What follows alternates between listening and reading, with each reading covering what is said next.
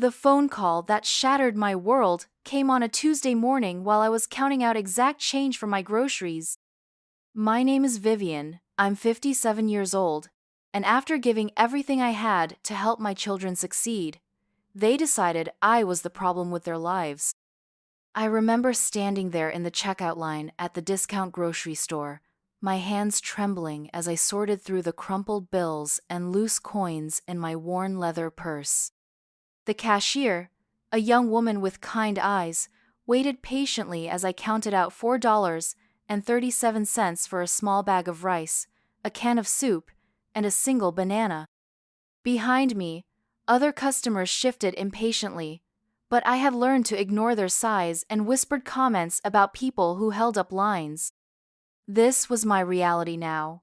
After 28 years of working double shifts as a nurse's aide, after sacrificing every luxury and most necessities to ensure my 3 children had everything they needed, I was reduced to shopping with pocket change and eating 1 meal a day. But that morning, as my phone buzzed insistently in my coat pocket, I had no idea that my financial struggles were about to become the least of my problems. "Mom, we need to talk." My oldest daughter Candace's voice was crisp and businesslike, the same tone she used with difficult clients at her law firm. At 32, she had inherited her father's sharp tongue and her grandmother's ability to cut straight to the heart of any matter, no matter how much it might hurt.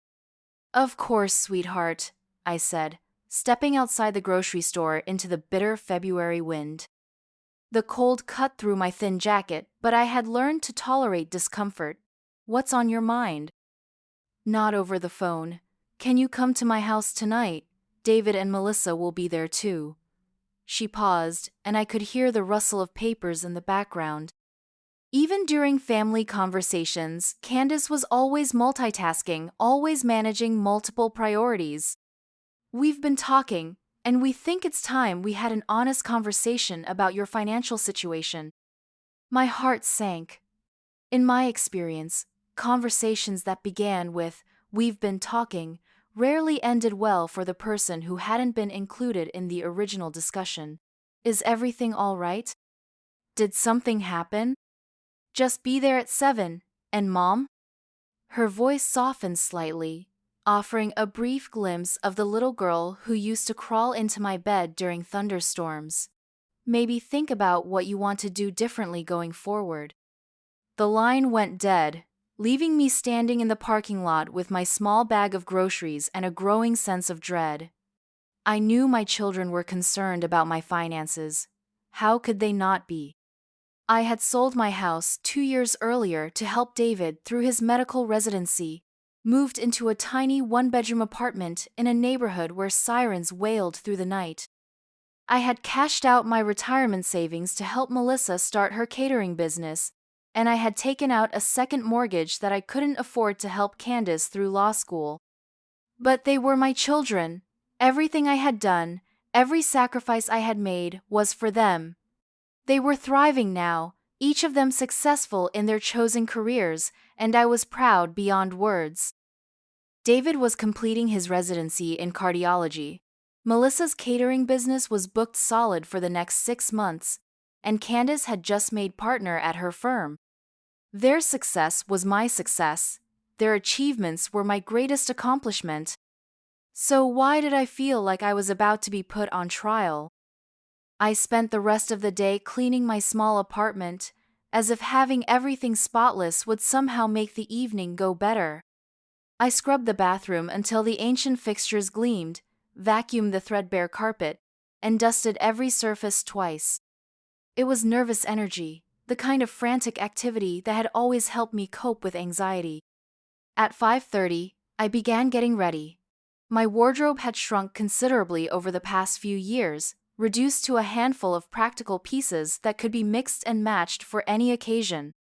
I chose my best black slacks, the ones without any visible mends, and a burgundy sweater that Melissa had given me 3 Christmases ago. Looking at myself in the bathroom mirror, I tried to see what my children saw when they looked at me. At 57, I carried the weight of my years in the lines around my eyes and the silver threading through my dark hair. My hands showed the evidence of decades of hard work, with calluses from countless hours spent lifting patients and cleaning hospital rooms.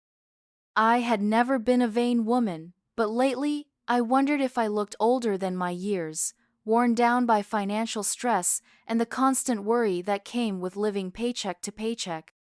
The drive to Candace's house took 25 minutes through evening traffic. She lived in one of the newer subdivisions on the north side of town, where the houses were large and the lawns were perfectly manicured. Her home was a 2-story colonial with a 3-car garage and a front porch that looked like something from a magazine. Every time I visited, I felt a surge of pride mixed with a complicated sadness. This was what I had worked for, what all those double shifts and skipped meals had been building toward. David's BMW was already in the driveway when I arrived, parked next to Melissa's SUV. I sat in my old Honda for a few minutes, gathering my courage and trying to calm my racing heart. Through the large front windows, I could see movement inside. My 3 children gathered around Candace's dining room table with papers spread between them. The front door opened before I had a chance to knock. Candace stood there in her professional attire, her hair pulled back in a sleek bun, her expression carefully neutral. "Hi, Mom. Come on in." The warmth of the house enveloped me as I stepped inside, along with the scent of vanilla candles and fresh coffee. Candace had always been particular about her home environment, everything carefully coordinated and intentionally placed. Her success was evident in every detail, from the hardwood floors to the custom window treatments. "Your home looks beautiful, as always," I said, hanging my coat on the brass hook by the door. "Thank you." She gestured toward the dining room. "David and Melissa are waiting for us." My middle child David looked up as we entered the room, offering a brief smile that didn't quite reach his eyes. At 29, he had inherited my tendency toward worry, which had served him well in medical school, but left him looking perpetually concerned. His dark hair was already showing hints of premature gray at the temples, and he wore the tired expression of someone pulling long hours at the hospital. "Hey, Mom," he said, standing to give me a quick hug. "How are you feeling?" It was such a David question, always focused on health and well-being. "I'm fine, sweetheart. How are things at the hospital?" "Busy. Always busy." He gestured to the chair across from him. "Have a seat. We ordered pizza if you're hungry." My youngest, Melissa, looked up from the tablet she had been studying. At 26, she had always been the most creative of my children, with an artist's eye for color and design that had translated beautifully into her catering business. Her long hair was pulled back in a messy bun, and she wore a casual sweater that probably cost more than I spent on groceries in a month. "Hi, Mama," she said, using the childhood nickname that never failed to make my heart flutter. "I brought some of those chocolate cookies you like from the shop." "That's very thoughtful, baby. Thank you." I settled into the indicated chair, noting how the 3 of them arranged themselves around the table like a panel of judges. Candace sat directly across from me, her posture straight and professional. David sat to my right, his medical training evident in the way he studied my face as if checking for symptoms. Melissa sat to my left, fidgeting with her pen in a way that reminded me of her childhood anxiety. The papers spread across the table appeared to be printouts of financial documents, bank statements, and what looked like a credit report. My credit report, I realized with a growing sense of violation. How had they obtained my personal financial information? "Mom," Candace began, her lawyer voice in full effect. "We've been concerned about your financial situation for some time now. We think it's time we addressed it directly." "I appreciate your concern," I said carefully, "but I'm managing just fine." David leaned forward, his expression gentle but firm. "Mom, you're not managing fine. We know you sold your house. We know you cashed out your retirement." And we know you're barely covering your basic expenses. How do you know all of this? The question came out sharper than I intended. Melissa shifted uncomfortably in her chair. We were worried about you, Mama. When you stopped accepting our invitations to dinner and started making excuses about family gatherings, we started asking questions. Asking questions to whom? We hired a financial advisor, Candace said matter-of-factly. Someone who specializes in helping families navigate financial difficulties. He was able to get a clear picture of your situation. I felt my face flush with embarrassment and anger. You hired someone to investigate me? To look into my private financial affairs without my permission? We were concerned, David repeated. Mom, you're living in poverty. You've liquidated every asset you had. And for what? The question hung in the air like an accusation. For what? For David's medical school tuition when his scholarships fell short. For Melissa's business loan when the bank required a larger down payment. For Candace's law school expenses when her part-time job wasn't enough to cover living costs. For 26 years of giving them everything they needed without question. I did what any mother would do, I said quietly. I helped my children succeed. But at what cost? Candace's voice was rising slightly, her professional composure beginning to crack. Mom, you're 57 years old with no retirement savings, no assets, and no financial security. What happens when you can't work anymore? What happens if you get sick? I'll figure it out. I always have. No, you won't figure it out, Melissa said, her voice thick with emotion. Mama, we love you, but we can't watch you destroy your future because you don't know how to say no to us. The words hit me like a physical blow. Don't know how to say no? I had said no to myself for decades. No to new clothes when mine wore out. No to vacations or restaurant meals or any of the small luxuries that might have made life more pleasant. No to dating after their father left, because I didn't want to complicate their lives with a step-parent. No to my own dreams and ambitions, because their needs always came first. I chose to help you, I said, my voice beginning to shake. Every decision I made was my choice. But they were bad choices. David said gently. Mom, I love you and I'm grateful for everything you've done, but enabling our poor financial decisions wasn't helping us, it was hurting all of us. Enabling? Poor financial decisions? I could feel my composure slipping. David, you're going to be a cardiologist. Melissa, your business is thriving. Candace, you just made partner. How were those poor decisions? Because we should have found other ways, Candace said. We should have taken out loans, worked additional jobs, made sacrifices. Instead, we let you sacrifice everything, and now you're living like this. She gestured vaguely, as if my entire financial situation could be summarized with a wave of her hand. Living like what exactly? Mom, Melissa's voice was barely above a whisper. When was the last time you bought yourself something new? When was the last time you went to a doctor for a checkup? When was the last time you did anything for yourself? I opened my mouth to respond, then closed it again. The truth was, I couldn't remember. Everything had been about them for so long that I had forgotten how to want things for myself.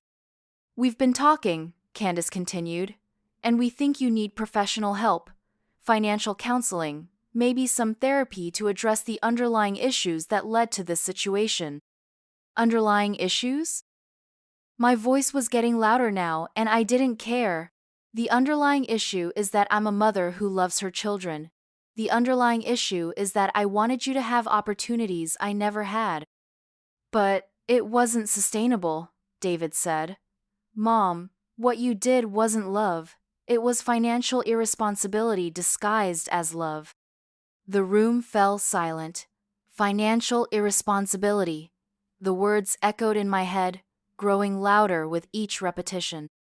28 years of working myself to exhaustion, of choosing their needs over my own every single day, of measuring my success by their achievements rather than my own security.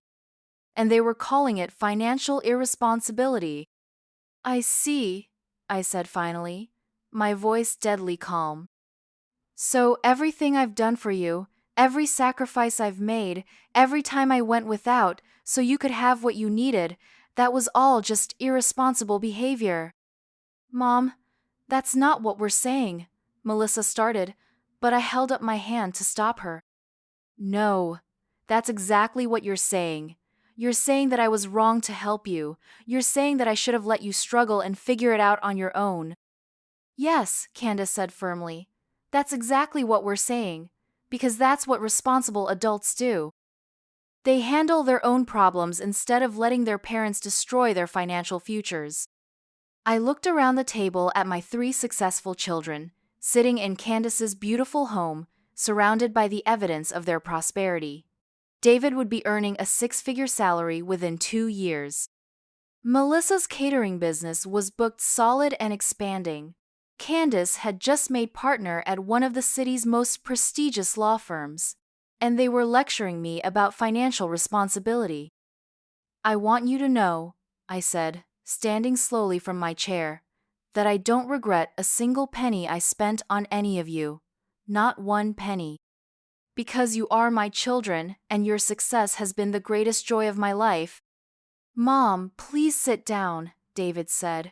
We're not trying to hurt you, we're trying to help. Help? I laughed, but there was no humor in it. You want to help? You hired a stranger to investigate my finances.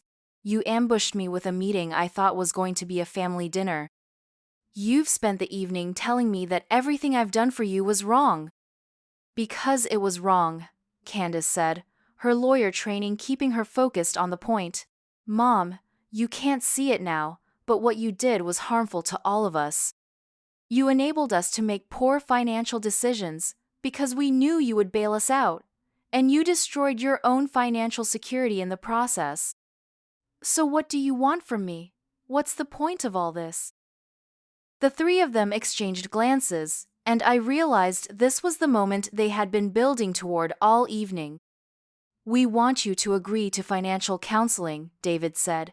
We want you to work with a professional to develop a sustainable budget and a plan for rebuilding your savings. And we want you to promise, Melissa added, that you won't give us any more money, ever.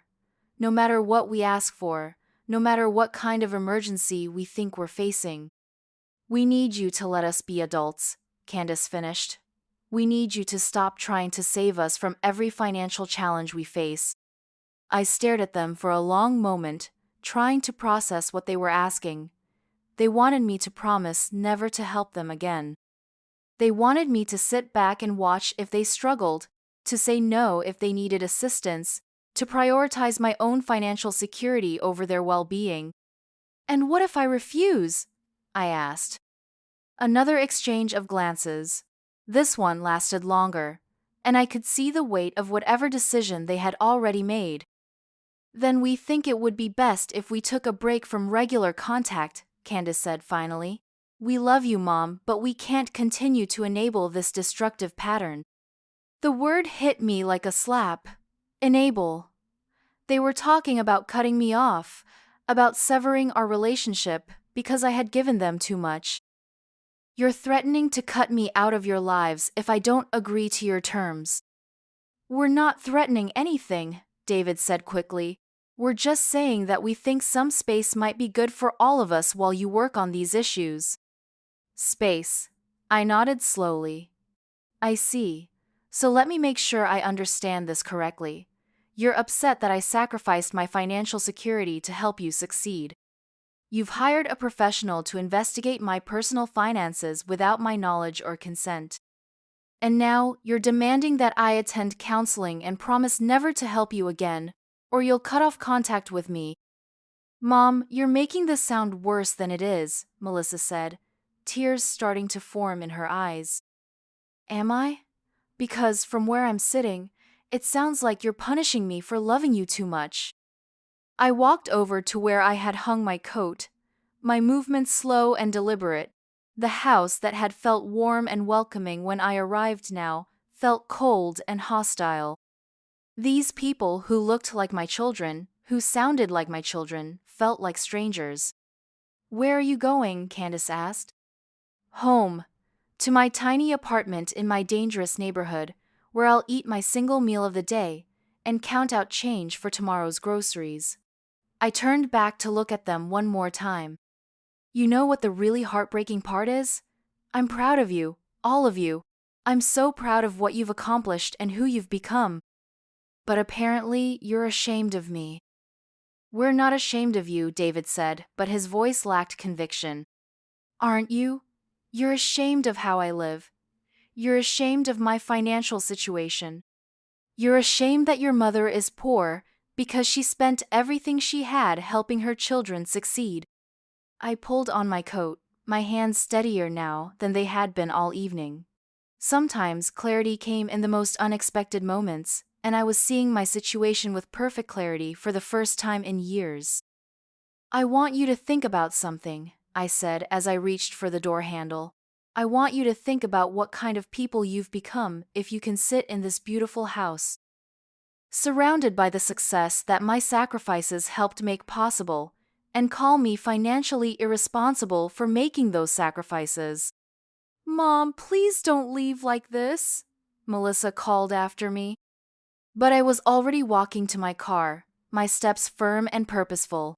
Behind me, I could hear them calling my name, but I didn't turn around.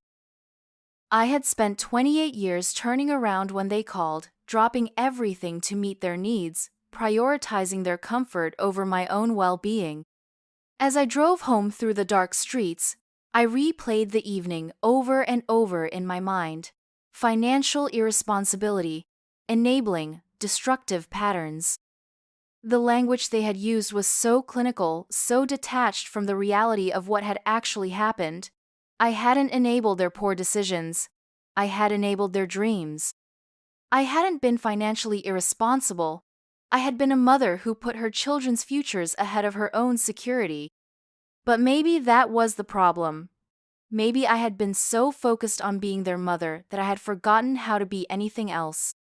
Maybe I had defined my worth so completely by their success that I had lost sight of my own value as an individual. Back in my small apartment, I sat at my kitchen table with a cup of tea and thought about the papers they had spread across Candace's dining room table. My credit report, my bank statements, my financial life laid bare for their examination. The violation of privacy felt almost as painful as their words. They had said they were concerned about me, but their concern felt more like judgment. They had said they loved me, but their love came with conditions and ultimatums. They had said they wanted to help me, but their help required me to admit that everything I had done for them was wrong. The phone rang 3 times that night. Candace first, then David, then Melissa. I let each call go to voicemail, not ready to hear their voices, not ready to be drawn back into their version of concern. Tomorrow I would listen to their messages. Tomorrow I would try to figure out how to move forward. But tonight, I sat in my small apartment and grieved. Not just for my financial security, though that loss was real and painful. Not just for my retirement dreams, though those had been sacrificed along with everything else.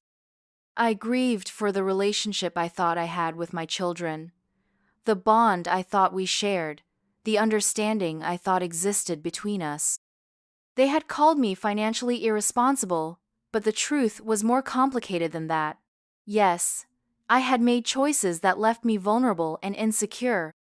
Yes, I had prioritized their needs over my own financial stability, but I had done it all with love, with the best of intentions, with the belief that their success was worth any personal sacrifice. Now I had to figure out how to live with the consequences of those choices, and how to rebuild a relationship with children who seemed to see my love as a problem to be solved rather than a gift to be cherished. The road ahead looked lonely and uncertain, but for the first time in years, I would be walking it for myself. The voicemails were waiting for me the next morning, 3 red lights blinking on my old answering machine like accusations. I poured myself a cup of instant coffee and sat down to listen, steeling myself for whatever justifications or apologies my children might offer. Candace's message was predictably businesslike. "Mom, I know you're upset, but we really need to talk about this like adults. What we discussed last night wasn't meant to hurt you. Please call me back so we can work this out rationally." David's voice carried the weight of his medical training, clinical and concerned. "Mom, I'm worried about how you left last night. I want you to know that everything we said came from a place of love. We just want what's best for you. Please, don't shut us out over this." But it was Melissa's message that broke my heart. Her voice was thick with tears, small and vulnerable like when she was a child. "Mama, I can't stop crying. I keep thinking about your face when you left. We didn't mean for it to come out like that. We love you so much. Please don't hate us. Please call me back." I erased all 3 messages without returning any of the calls. Instead, I got dressed in my work uniform and headed to the hospital for my shift. After 28 years as a nurse's aide, the routine of caring for others had become second nature. I could lose myself in the familiar tasks of checking on patients, helping them with meals, ensuring their comfort during what were often the most vulnerable moments of their lives. But that morning, something felt different. As I helped Mrs. Chen with her breakfast, listening to her worry about the cost of her medications, I found myself thinking about financial responsibility. When I assisted Mr. Rodriguez with his physical therapy, watching him struggle to regain mobility after his stroke, I thought about the sacrifices we make for the people we love. During my lunch break, I called my supervisor and asked if we could talk privately. Janet Morrison had been the floor supervisor for 15 years, and she had always been fair with the staff. More importantly, she was close to my age and had raised 3 children of her own. "What's on your mind, Vivian?" she asked, settling into the chair across from her desk. "You seem distracted today." I told her everything. The years of financial sacrifice, the meeting with my children, their demands for counseling and promises never to help them again. Janet listened without interruption, her expression growing more troubled as the story unfolded. "Let me get this straight," she said when I finished. "Your kids are successful professionals, living comfortable lives, and they're angry at you for helping them get there. They say I was being financially irresponsible, that I enabled their poor decisions instead of letting them figure things out on their own." Janet was quiet for a long moment, staring out the window at the parking lot below. When she finally spoke, her voice was carefully controlled. "Vivian, I've known you for over a decade. I've watched you work double shifts when you could barely stand up. I've seen you come to work with holes in your shoes because you couldn't afford new ones. And I've heard you talk about your children with such pride that it made everyone around you smile." She turned back to face me. "Now you're telling me that those same children think you were wrong to help them." "They hired someone to investigate my finances," I said quietly. "Without my permission. They had all my bank statements, my credit report, everything. That's a violation of your privacy." "They said they were concerned about me." "Were they concerned enough to offer to help you rebuild your savings? Did any of them suggest contributing to a retirement fund for you? Did they offer to help you move to a better apartment or cover your medical expenses?" I shook my head. "They want me to go to counseling. They want me to promise never to help them again. And if I don't agree, they're threatening to cut off contact with me."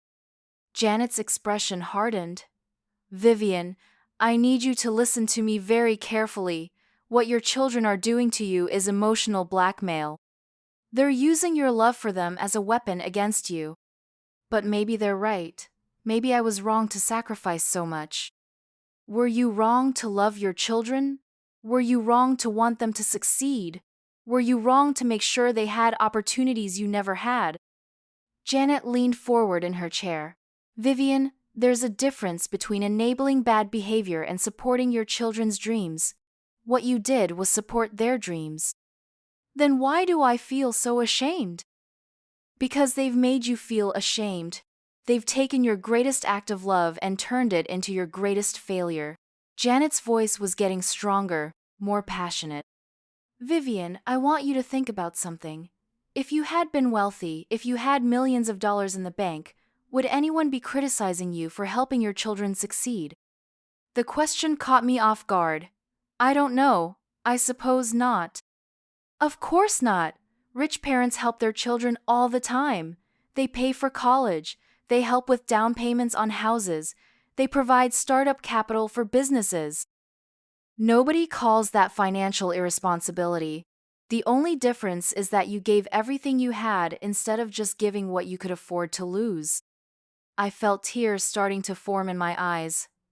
But now, I have nothing left. No, that's not true. You have the satisfaction of knowing that your children are successful, productive adults.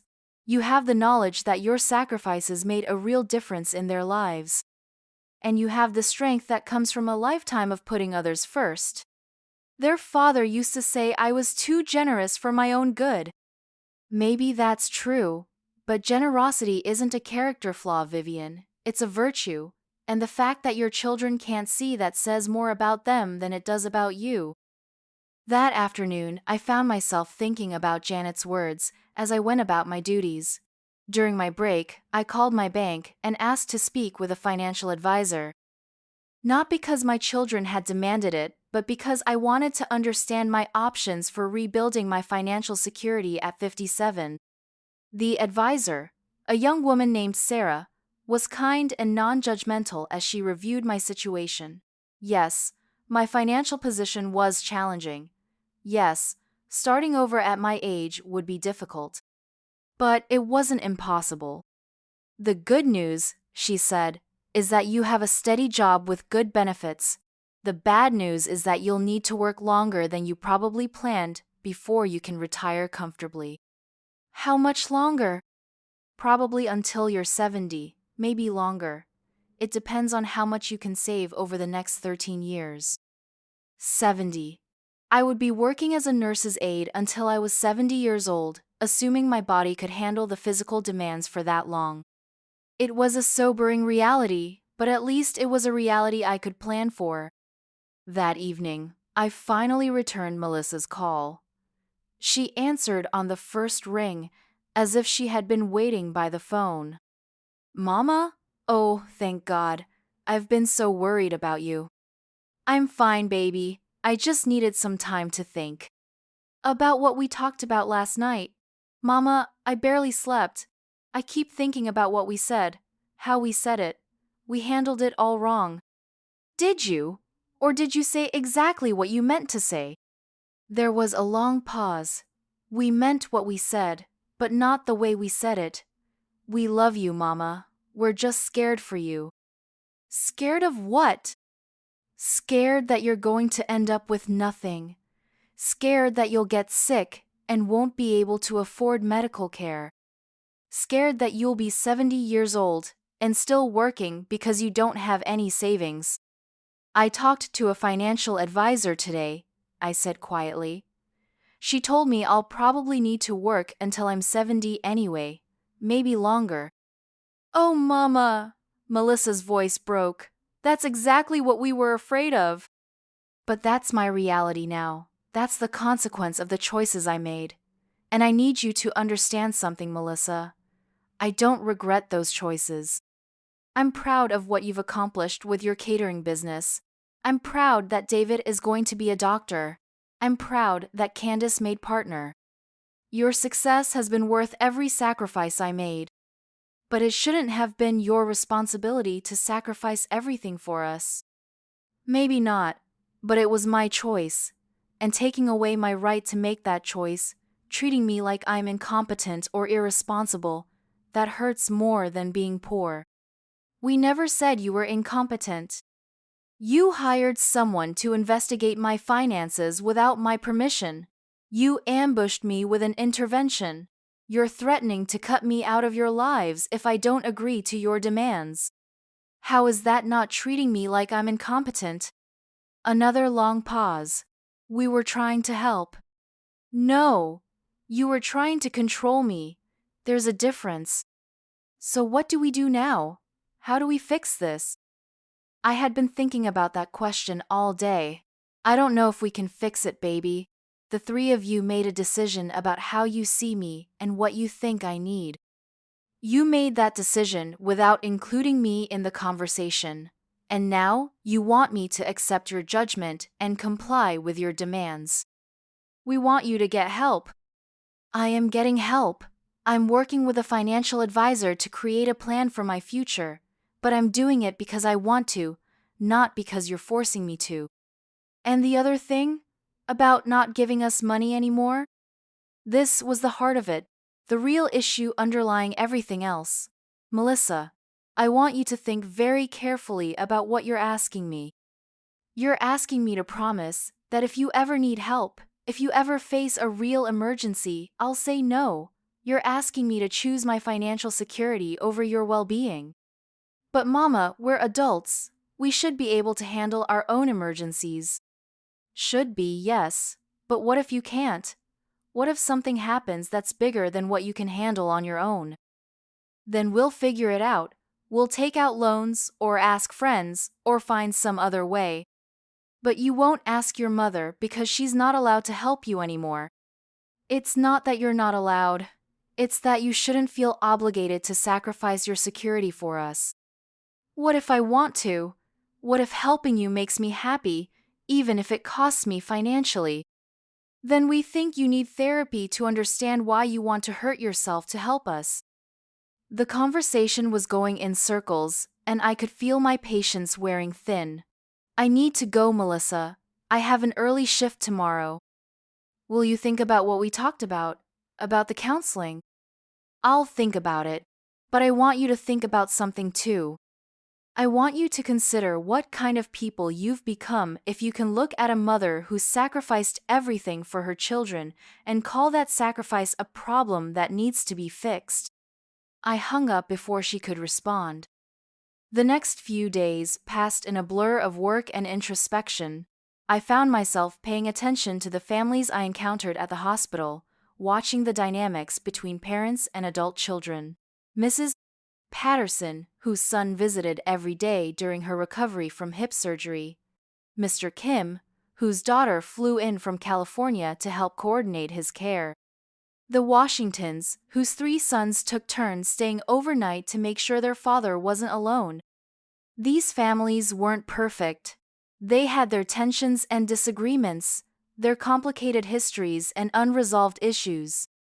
But there was an underlying respect, a recognition that family relationships were built on mutual care and support. I thought about my own parents, long gone now, and the sacrifices they had made for me. My father worked 2 jobs to pay for my nursing aid certification. My mother took in sewing to help cover the costs when I was struggling as a young single mother. They never asked me to promise not to help my own children. They never demanded that I prioritize my financial security over my family's needs. But they also never had to watch me give away everything I had. They died before they could see me cash out my retirement savings or sell my house. Maybe if they had lived longer, they would have felt the same concern my children were expressing now. The thought troubled me more than I wanted to admit. On Friday evening, David called. Unlike his sisters, he got straight to the point. Mom, I've been thinking about our conversation the other night, and I owe you an apology. For what? For the way we handled everything. For hiring someone to look into your finances without asking you first. For ambushing you with all 3 of us at once. For making you feel like you were on trial. I was quiet, waiting for the but that I knew was coming. But I still believe that what we're asking you to do is important. Mom, I see patients every day who are elderly and poor, who can't afford their medications, who delay necessary medical care because they don't have insurance or savings. I don't want that to be you in 10 years. So you want me to choose my future financial security over your current needs? I want you to recognize that we don't have current needs that require your financial sacrifice. Mom, I'm going to be making good money as a cardiologist. Melissa's business is successful. Candace just made partner. We're not struggling college students anymore. We're adults with good incomes and bright futures. But what if something changes? What if you face an unexpected expense, or a medical emergency, or a business crisis? Then we'll handle it like adults. We'll take out loans, we'll adjust our lifestyles, we'll find solutions that don't require you to impoverish yourself. And if I want to help anyway, then we'll say no. Mom, that's what we should have been doing all along. We should have been protecting you from your own generosity. The phrase hit me wrong. Protecting me from my own generosity. As if generosity were a disease that needed to be cured. David, can I ask you something? Of course. When you have children someday, and they need help that you can provide, are you going to say no because it might impact your financial security? He was quiet for a long moment. That's different. I'll have more resources than you did. I'll be able to help them without sacrificing my entire future. But what if you didn't? What if you were in my position, struggling financially but still wanting to help your children succeed? What would you do? I'd find a way to help them that didn't require me to give up everything. And if there wasn't another way, if the choice was between helping them and protecting your own financial future? Another long pause. I don't know, Mom. I honestly don't know. That's the choice I faced, David. Every time one of you needed help, every time you asked for my support, I had to choose between my financial security and your success. And every time I chose you. Maybe that was wrong, but it felt right at the time. But look where it's gotten you. It's gotten me 3 successful children who are living their dreams. From my perspective, that's not such a terrible outcome. What about your dreams? What about your future? My dreams were about your success. And my future is something I'll figure out day by day, the same way I've always done. Mom, that's not enough. You deserve more than just figuring it out day by day. Maybe I do. But this is the life I have, and I'm going to make the best of it. After I hung up, I sat in my small apartment and thought about David's question. What about my dreams? The truth was, I had stopped dreaming about my own future so long ago that I could barely remember what my own aspirations had been. I had wanted to travel once. I had imagined visiting Europe, seeing the places I had only read about in books. I had wanted to take art classes to learn to paint landscapes and portraits. I had wanted to volunteer at the local animal shelter to spend my retirement years caring for abandoned pets. But those dreams had seemed selfish when my children needed college tuition and business loans and help with down payments. Those dreams had seemed frivolous compared to the practical reality of launching 3 young adults into successful careers. Now, at 57, those dreams felt impossible. I would be working until I was 70, just to cover my basic expenses. There would be no money for travel or art classes or comfortable retirement. There would only be work and survival and the hope that my aging body could keep up with the demands I placed on it. Saturday morning brought an unexpected visitor. I was doing laundry in the apartment complex's shared laundry room when Candace appeared in the doorway, looking uncomfortable and out of place in her designer jeans and expensive handbag. Hi, Mom. I hope you don't mind me stopping by. I tried calling, but you didn't answer. I've been screening my calls. I continued folding my worn towels, not looking up at her. What do you want, Candace? I want to apologize. And I want to explain something that I don't think came across clearly the other night. I'm listening. She sat down on the plastic chair next to the folding table, her posture still formal despite the casual setting. Mom, when we were growing up, we always knew that money was tight. We knew you were working extra shifts and skipping meals and wearing the same clothes year after year. But we were kids. We didn't really understand what that meant for your future. You understood enough to accept my help when you needed it. Because we were selfish. Because we took your sacrifices for granted. because we assumed that somehow everything would work out for you in the end. I looked up at her then, surprised by the honesty in her voice. But it didn't work out, did it? Mom, you're 57 years old and you're living in poverty because you gave everything to us. That's not fair. That's not right. And we should have stopped you before it got this far. So, you're taking responsibility for letting me help you.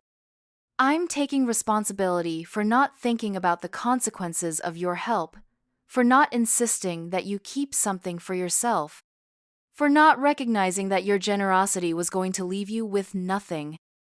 It was the closest thing to an apology I had heard from any of them, and I felt some of my anger beginning to soften. But I still think we were right about one thing, she continued. We think you need professional help to understand why you are willing to sacrifice so much. Because, Mom, what you did wasn't normal. Most parents don't give away their entire retirement savings for their adult children. Most parents don't have children who need that kind of help. But most parents would have said no at some point.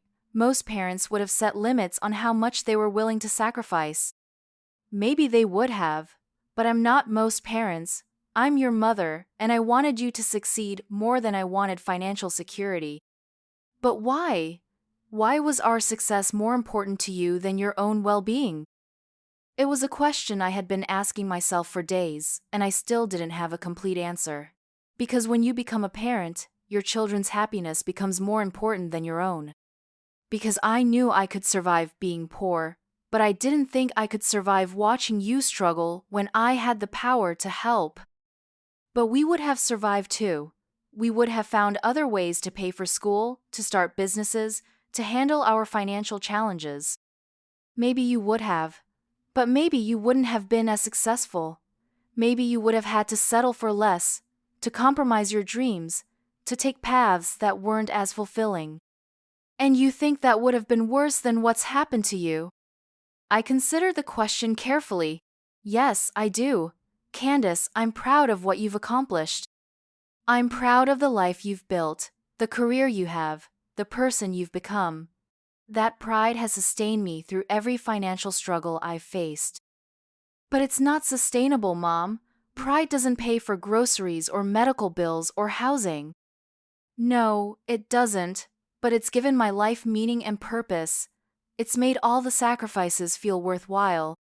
What if we had said no? What if we had refused your help and insisted on finding our own way?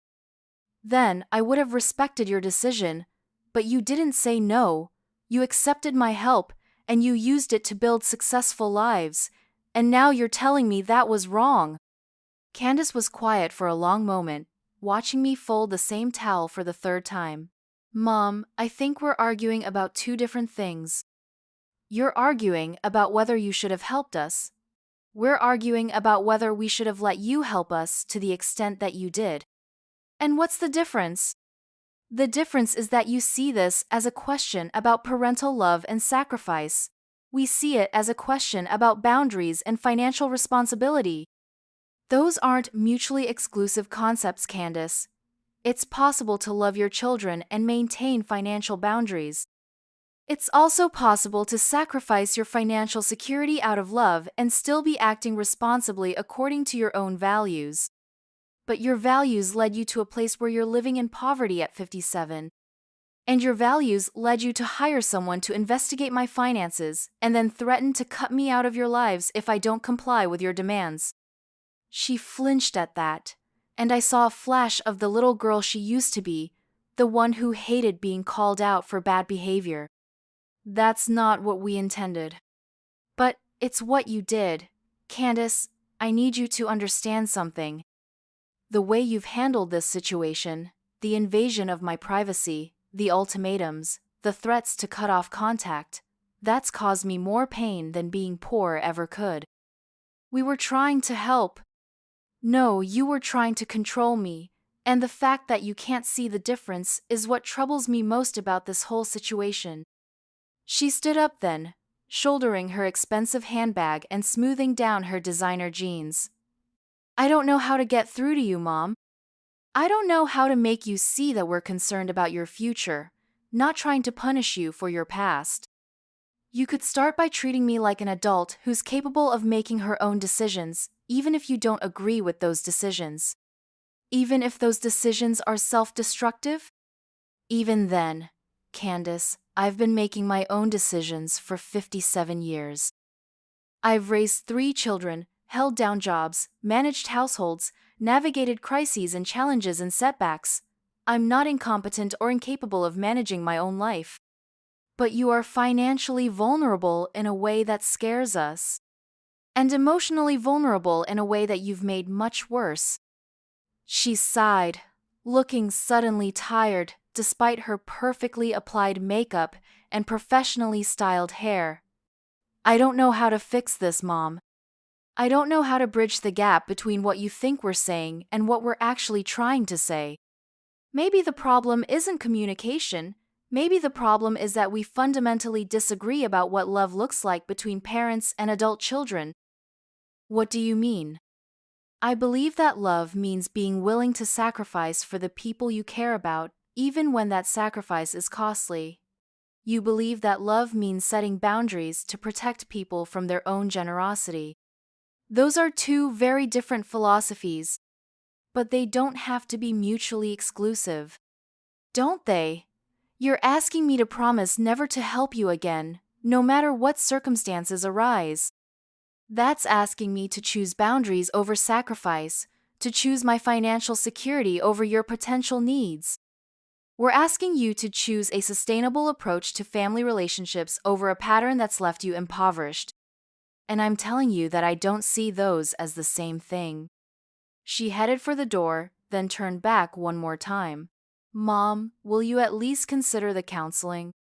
Not because we're demanding it, but because it might help you sort through some of these feelings.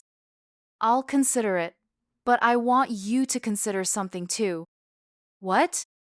I want you to consider what kind of daughter you've become, if you can look at your mother's poverty and see it as a problem she created rather than a sacrifice she made.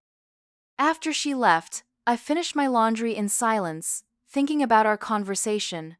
There had been moments of honesty, glimpses of genuine remorse, but the fundamental disconnect remained. They saw my financial situation as evidence of poor judgment. I saw it as evidence of parental love. Maybe we were both right. Maybe I had exercised poor judgment by giving away my financial security. But maybe they were exercising poor judgment by treating my love as a problem to be solved. That evening, I made a decision. I called the employee assistance program at the hospital and asked about counseling services. Not because my children had demanded it, but because I wanted to understand my own motivations and choices. I wanted to figure out how to move forward with my life, regardless of how my relationship with my children evolved. The counselor I was assigned to, Dr. Patricia Williams, was a woman about my age with kind eyes and a gentle manner. During our first session, I told her about the confrontation with my children, about their demands and ultimatums, about my confusion and hurt. "What do you think they want from you?" she asked. "They want me to admit that I was wrong. They want me to promise never to help them again. They want me to prioritize my financial security over their needs." "And how do you feel about those requests?" "Angry, hurt, confused. I spent 28 years putting their needs first, and now they're telling me that was a mistake." "Do you think it was a mistake?" I considered the question carefully. I think some of my choices may have been short-sighted. I think I could have been more strategic about how I helped them. But I don't think loving them enough to sacrifice for them was a mistake. "What would you do differently if you could go back?" "I would have been more honest with them about the cost of my help. I would have made sure they understood that my financial support was coming at the expense of my own security. Maybe if they had known the full extent of what I was sacrificing, they would have insisted on finding other solutions." "Why didn't you tell them at the time?" "Because I didn't want them to feel guilty. I didn't want them to turn down opportunities because they were worried about me. I wanted them to be able to focus on their education and their careers without worrying about the financial burden they were placing on me. So you protected them from the knowledge of your sacrifice? Yes, I suppose I did. And now they're angry that you made sacrifices they didn't know about. They're angry that I made sacrifices at all. They think I should have said no, should have set boundaries, should have forced them to find other ways to pay for their education and business ventures. What do you think about that? I think they're judging my choices from the perspective of their current success. It's easy to say I should have let them struggle when they can see that everything worked out well for them. But at the time, their futures were uncertain. At the time, my help made the difference between success and failure. Or so you believed. Yes, or so I believed. Dr. Williams was quiet for a moment, making notes on her pad. Vivian, I want to ask you something that might be difficult to answer. Do you think your children's success would have been diminished if you hadn't helped them financially? The question caught me off guard. I don't know, maybe not, but I couldn't take that risk. What risk? The risk that they would fail. The risk that they would have to settle for less than they were capable of achieving. The risk that financial limitations would force them to compromise their dreams. So you took on their risk? Yes, I suppose I did. And in doing so, you eliminated their opportunity to develop their own resources for managing financial challenges. I felt a flicker of irritation. Dr. Williams, are you saying that my children are right? That I was wrong to help them? I'm not saying anyone is right or wrong. I'm trying to help you understand the different perspectives involved in this situation. My perspective is that I love my children and wanted them to succeed. Their perspective is that my love was misguided and harmful. Is that really what they're saying? I thought about my conversations with each of them over the past week. They're saying that my sacrifices were unsustainable and that I need to learn to set boundaries. Those are two different things. Something can be unsustainable without being wrong, and learning to set boundaries doesn't mean your past choices were misguided. Then what does it mean? It means that moving forward, you might need to approach family relationships differently. It means that your children might need to take more responsibility for their own financial challenges. It means that everyone involved might need to find a more balanced approach to giving and receiving support. They want me to promise never to help them again. How do you feel about that request? It feels like they're asking me to stop being their mother. Do you think being their mother requires you to solve their financial problems? No, but it requires me to be available to help them when they need help. What if you could be available to help them in ways that don't require you to sacrifice your financial security? The question gave me pause. What do you mean? What if you could offer emotional support, advice, practical assistance, connections, or other forms of help that don't involve giving them money? I suppose I could do that, but what if they need financial help that I could provide? Then you could help them explore other options for obtaining that financial help.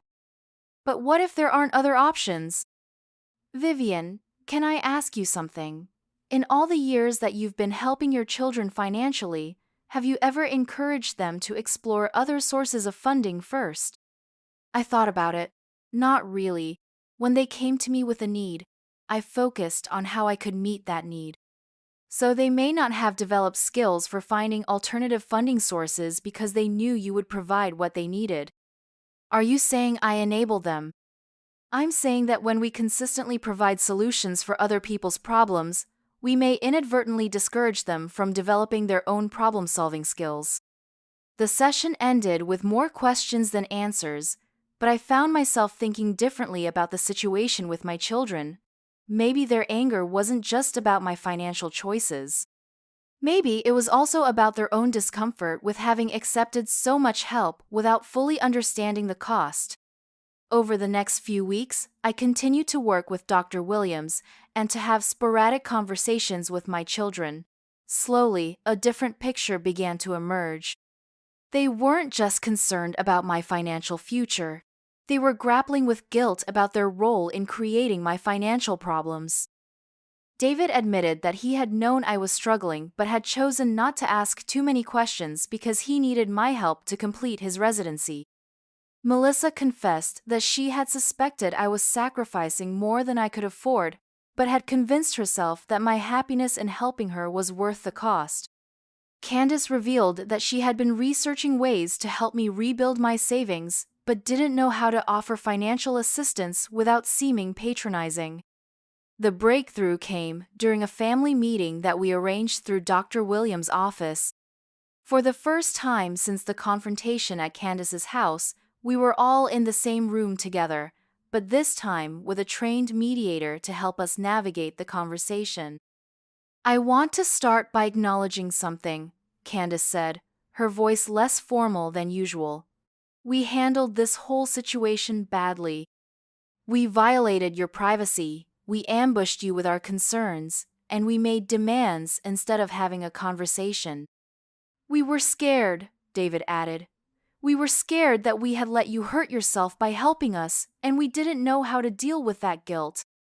And we were scared that if we didn't do something drastic, you would keep sacrificing until you had nothing left," Melissa said, tears in her eyes. "But mostly," Candace continued, "we were scared that we had become the kind of people who could take everything from their mother, and then complain about how she gave it to us." The honesty in their words broke something open in my chest, and I felt tears starting to flow. "I never wanted you to feel guilty about accepting my help."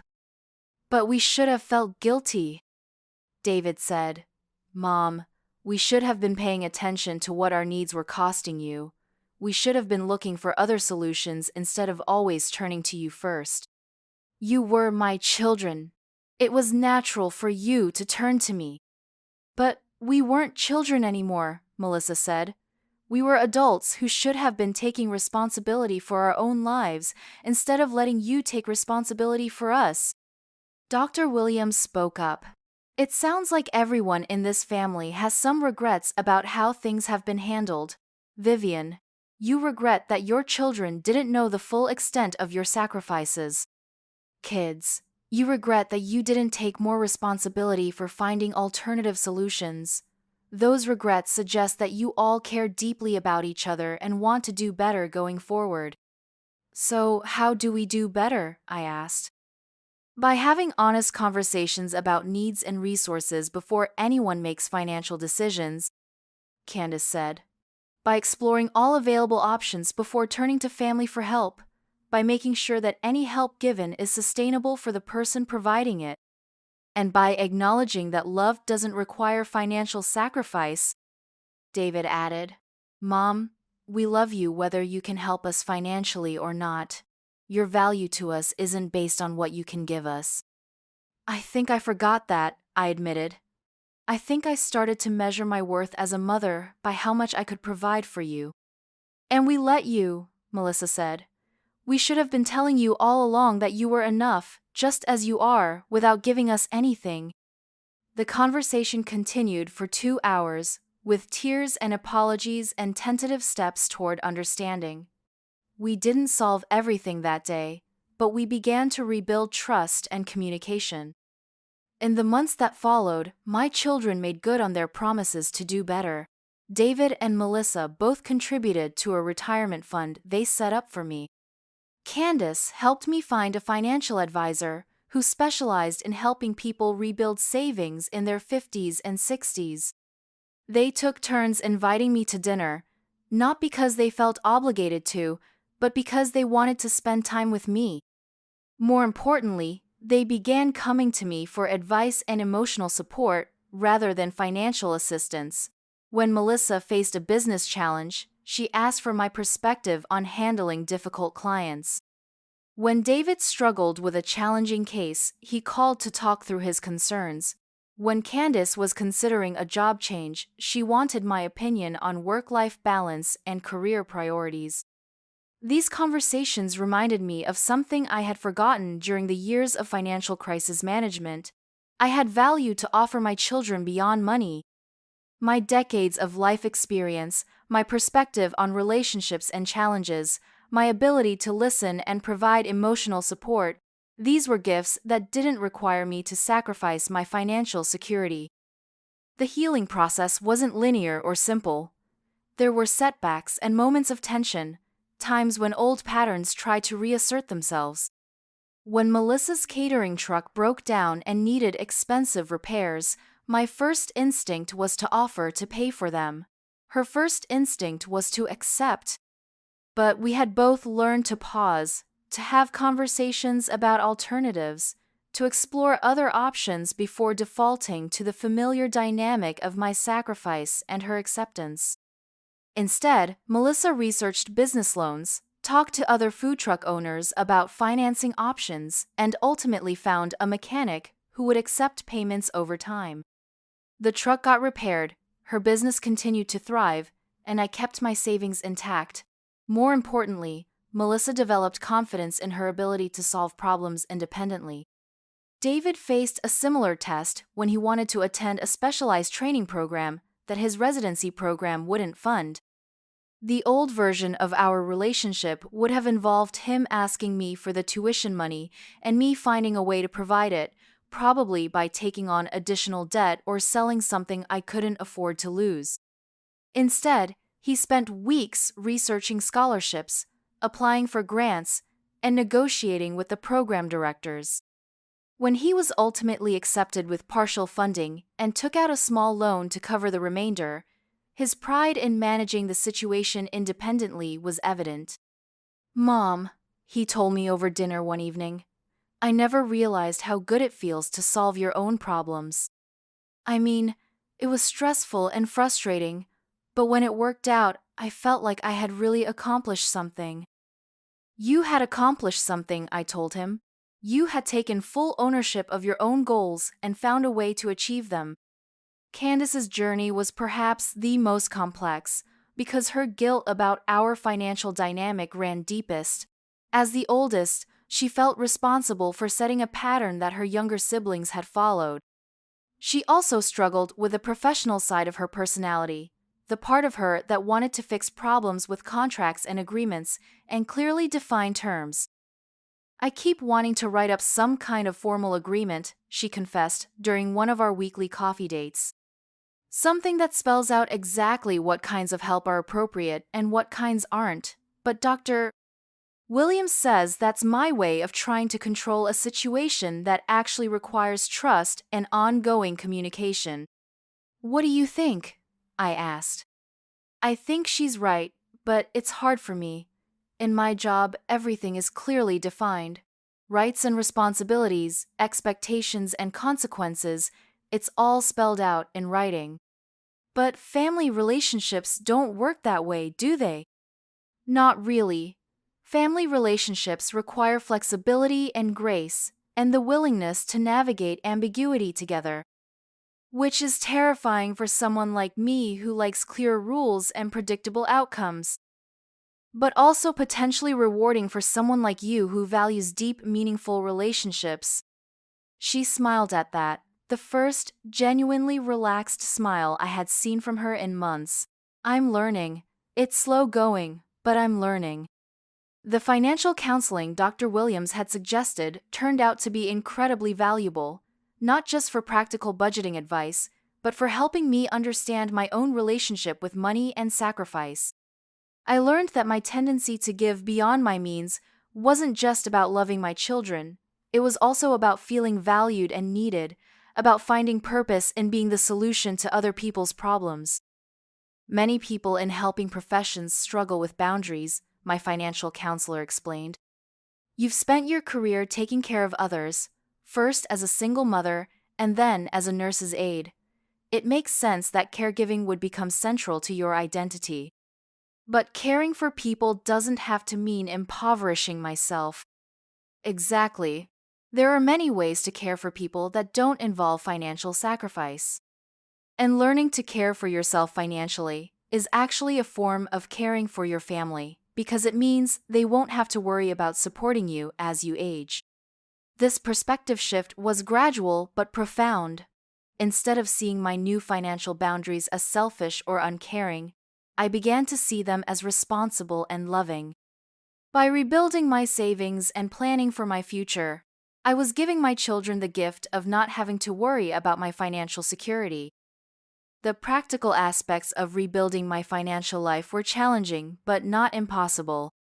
With the help of my financial advisor, I created a budget that allowed me to save a small amount each month while still covering my basic expenses. I picked up additional shifts when my health permitted, and I looked for ways to reduce my costs without sacrificing my quality of life significantly.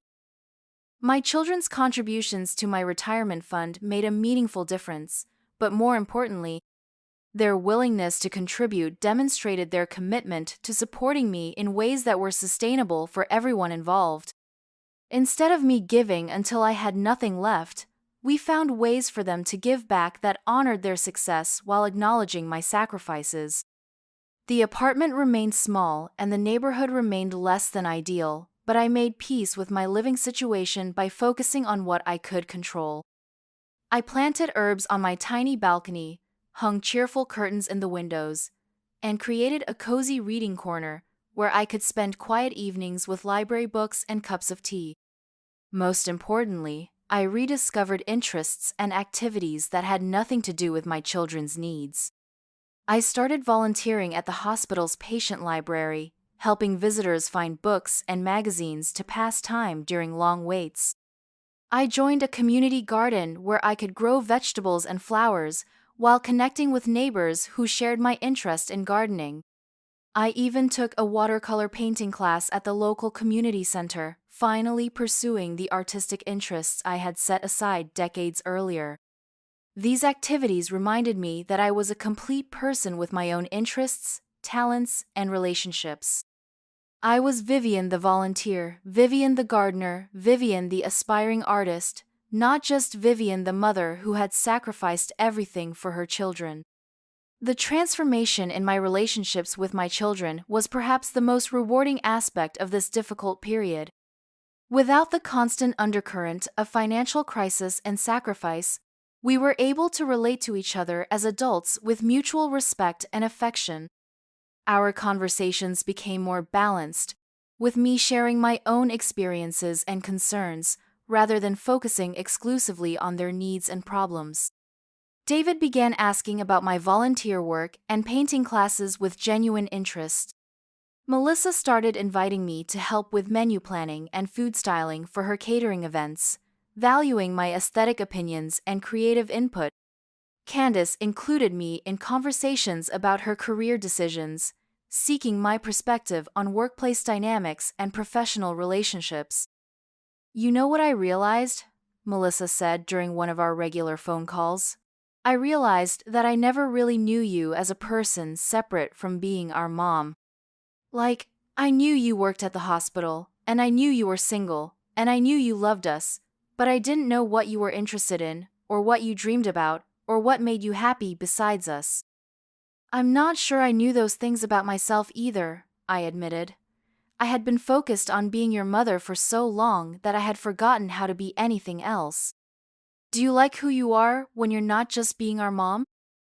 It was a profound question, one that I continued to consider long after our conversation ended. Did I like who I was as an individual, separate from my role as a mother? The answer, I discovered, was yes. I liked the woman who could spend hours painting terrible watercolors without worrying about whether anyone else found them valuable. I liked the volunteer who could sit with frightened patients and offer comfort through presence rather than solutions. I liked the gardener who could nurture tomato plants and sunflowers without expecting anything in return, except the satisfaction of watching them grow. These aspects of my identity had been dormant for years, buried under the overwhelming demands of single motherhood and financial sacrifice. Rediscovering them felt like coming home to myself after a very long absence.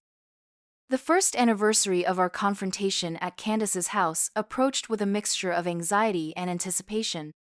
We had come so far in rebuilding our relationships, but the memory of that painful evening still carried emotional weight for all of us. Candace suggested that we mark the anniversary by having dinner together, not to rehash old grievances but to acknowledge how much we had all grown and changed. We chose a restaurant that was nice but not extravagant, somewhere we could talk comfortably without financial stress for anyone involved. As we sat around the table, looking at each other across plates of pasta and salad, I marveled at how different the dynamic felt from that terrible night a year earlier. There was ease in our conversation, genuine interest in each other's lives, and an underlying foundation of respect that had been missing before. "I want to say something," David began, setting down his fork and looking at each of us in turn. "A year ago, we were all stuck in patterns that weren't working for anyone. Mom was sacrificing too much, we were accepting too much, and nobody was communicating honestly about what was happening. It was unsustainable," Candace agreed, "and it was unfair to everyone involved, but especially to Mom. But what I want to acknowledge," David continued, "is that the changes we've made haven't just been about money. They've been about respect and boundaries and treating each other like capable adults." "I feel like I know you all better now," I said. "When our relationship was primarily about me solving your problems, I didn't get to see who you were as independent people. Now I get to see your creativity, your problem-solving skills, your resilience. I'm even more proud of you now than I was before. And we get to see who you are beyond being our mom," Melissa added, "which is pretty amazing, by the way. I love hearing about your painting class and your garden and the patients you help at the hospital. I love that you're building a life that's about your own interests and goals," Candace said.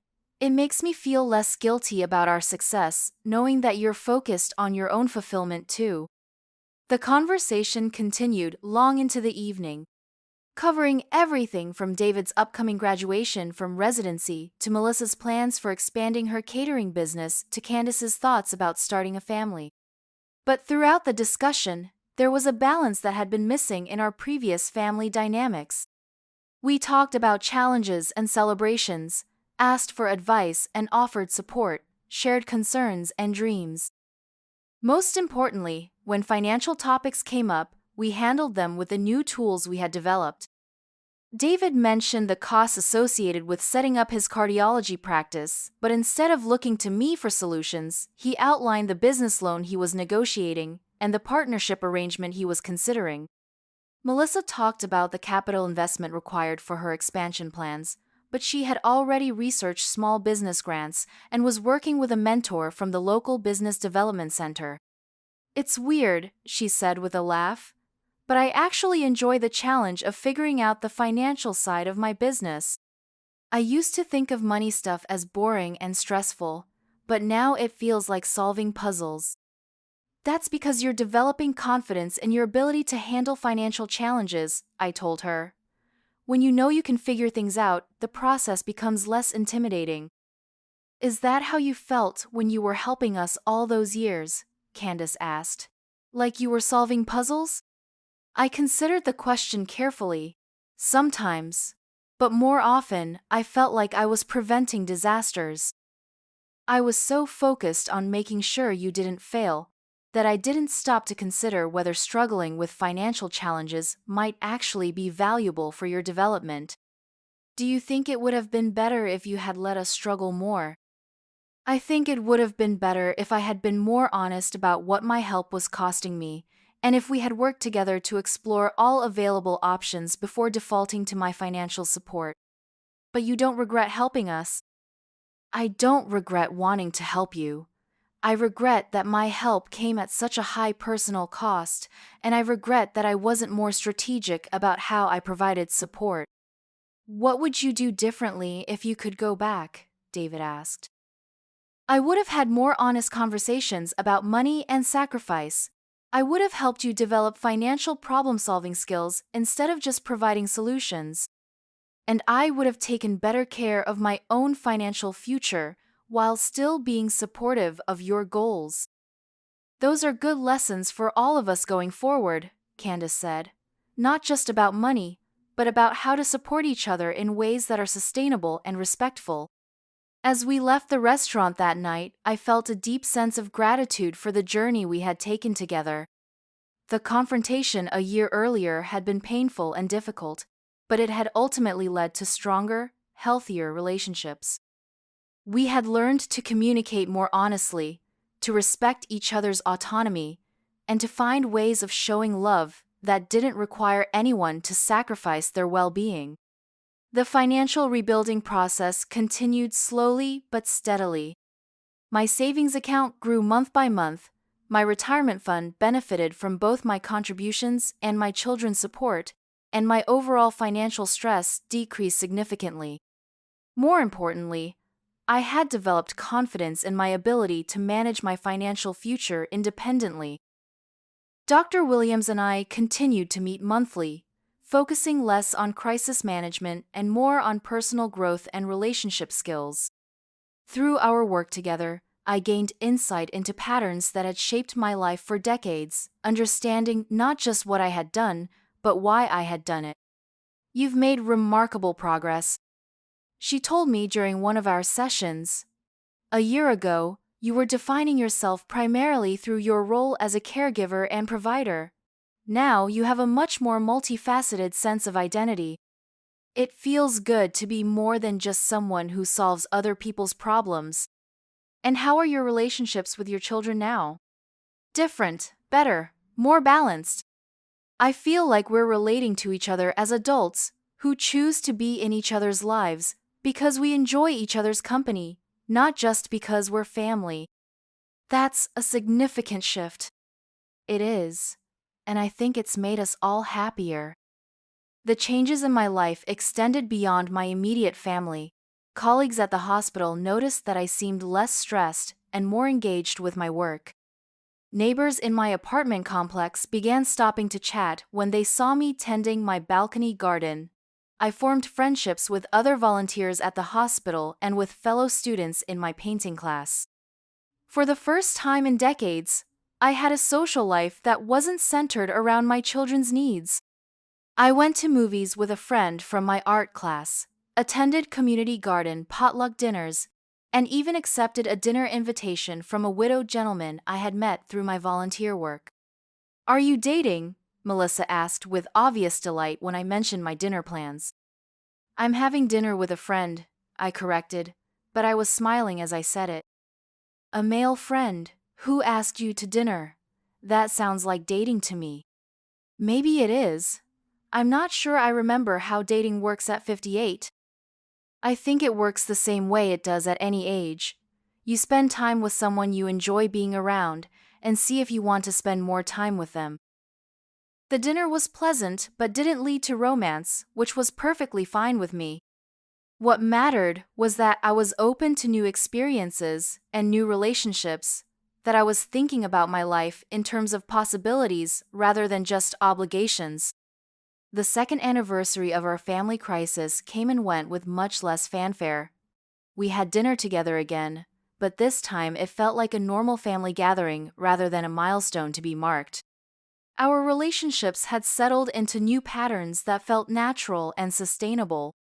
David had graduated from residency and started his cardiology practice. Melissa had successfully expanded her catering business and was considering opening a small restaurant. Candace had indeed started a family, giving birth to a daughter she named Grace. Becoming a grandmother brought unexpected joy and a new perspective on family relationships. When Candace asked if I would be willing to provide occasional childcare, we approached the conversation with all the communication skills we had developed over the previous 2 years. "I would love to help with Grace," I told her, "but I want to make sure we're both clear about expectations and boundaries." We worked out an arrangement where I would babysit one evening per week and occasional weekends, giving Candace and her husband time for date nights and errands. In exchange, they contributed additional money to my retirement fund and paid for my transportation to and from their house. "This feels so much better than our old way of handling family support," Candace told me as we worked out the details. "Everything is transparent and fair, and nobody is sacrificing more than they can afford." Taking care of Grace reminded me of the joys of nurturing without the financial stress that had accompanied my children's upbringing. I could focus on reading stories, singing lullabies, and playing peekaboo without worrying about how to pay for diapers and doctor visits and college funds.